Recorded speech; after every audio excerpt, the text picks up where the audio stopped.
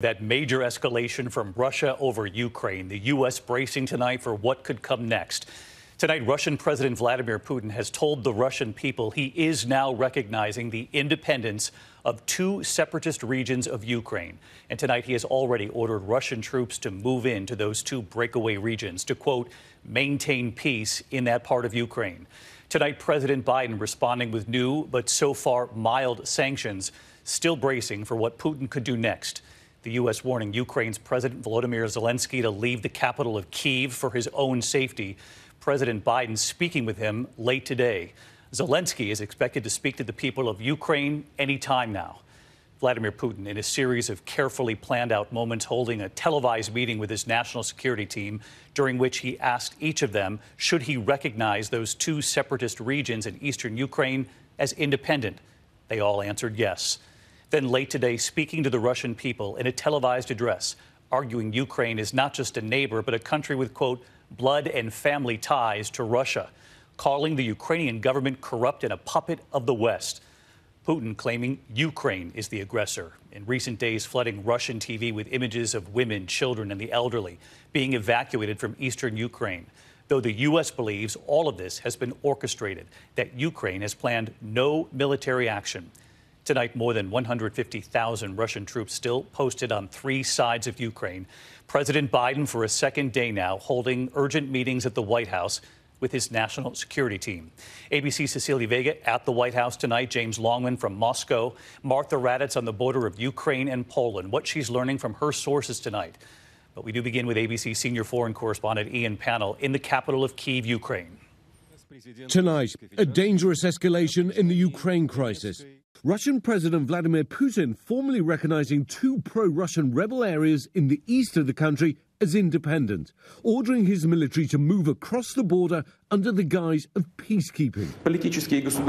In an hour-long, sometimes angry speech, Putin questioning Ukraine's legitimacy, accusing its leaders of being a puppet of the Western world that's trying to undermine and weaken Russia. And after days of false flag operations that Western leaders say are manufactured, Putin telling the Russian people it's actually Ukraine attacking, with this warning to Ukraine's leader. We demand you immediately cease military action, says Putin, otherwise all bloodshed will be on your hands. Putin is using justifications like peacekeeping, which no one outside of Russia will believe, but the Russian people will believe, because Mr. Putin controls what they see and hear.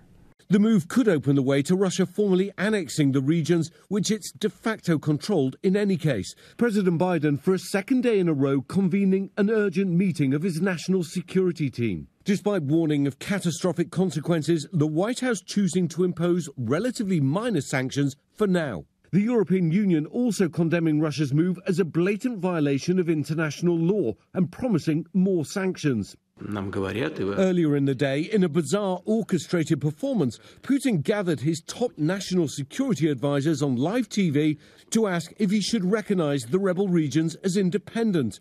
Unsurprisingly, they all said yes. Russia's amassed more than 150,000 troops around Ukraine's borders. New satellite images showing some of the Kremlin's forces less than 6 miles from the Ukrainian border. The fear is whether tonight's announcement might just be the opening move in a larger-scale, devastating invasion of Ukraine. The White House calling Ukrainian President Zelensky tonight and urging him to leave the capital immediately for his own safety. A significant move in that respect. Ian Pannell with us again tonight from Kyiv. And Ian, as you just reported, U.S. officials have now warned President Zelensky to leave the capital. I know authorities are not only concerned about eastern Ukraine.